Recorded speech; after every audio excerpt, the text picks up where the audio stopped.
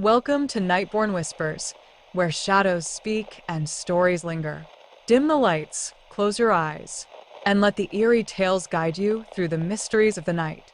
Are you ready to hear what the darkness has to say? Let the whispers begin. Welcome, listeners, to Nightborne Whispers, where we share tales to keep you company through the quiet hours. And tonight's story may make you question what we inherit from the shadows.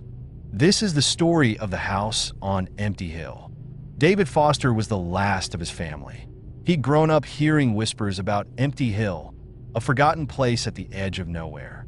It had haunted family stories for generations, a place of shadows and secrets, something they all knew but never spoke of.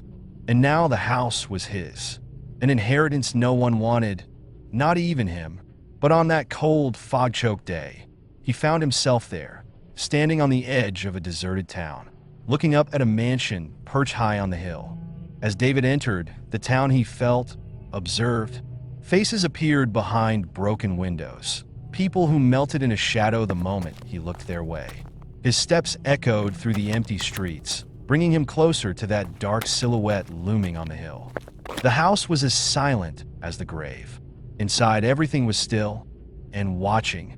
David crossed the threshold, and the door groaned shut behind him. The stale air clung to his skin. Dust swirled in the dim light, and he noticed strange symbols carved beneath peeling wallpaper, like messages from another time. But he brushed it off. Just a house, he thought, just an old house. The deeper David went, the stranger things became. Corridors twisted in ways that defied logic. Doors led to strange, surreal places.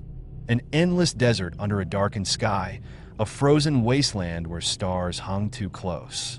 The walls closed in, as if breathing in unison, shadows stretching toward him. Then he found the mirrors. Tall, looming mirrors lining a hallway, each one reflecting him, distorted. His face blurred like he was becoming someone or something else. He turned away, unsettled. It was more than unsettling. The house was consuming him, drawing out memories, feeding on his very identity.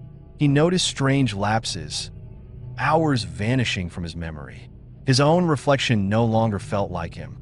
His name, his past slipping away like grains of sand through his fingers. The house wasn't just haunted, it was alive. One night, David found a dusty diary. To his shock, it was in his own handwriting, filled with entries he couldn't remember writing. Each entry was a glimpse into a fading mind. His mind. I am no one. I am a shadow. It was a record of his transformation. David had arrived with memories, a past, a sense of self. And now, he was a stranger, even to himself. Every turn, every attempt to leave, brought him back to that same room with its bizarre windows, showing worlds that were not our own. Alien skies, fog that moved like a living thing, always watching him. Soon, the house revealed its true nature.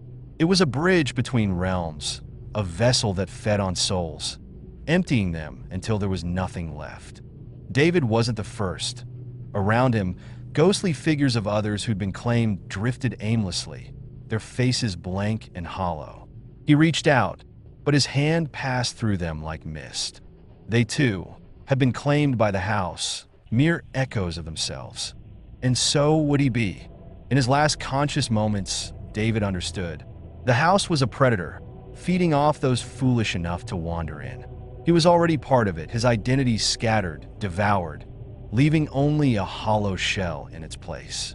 Dawn broke over the desolate town, casting shadows across Empty Hill. The house stood silent and waiting, its hunger unfulfilled.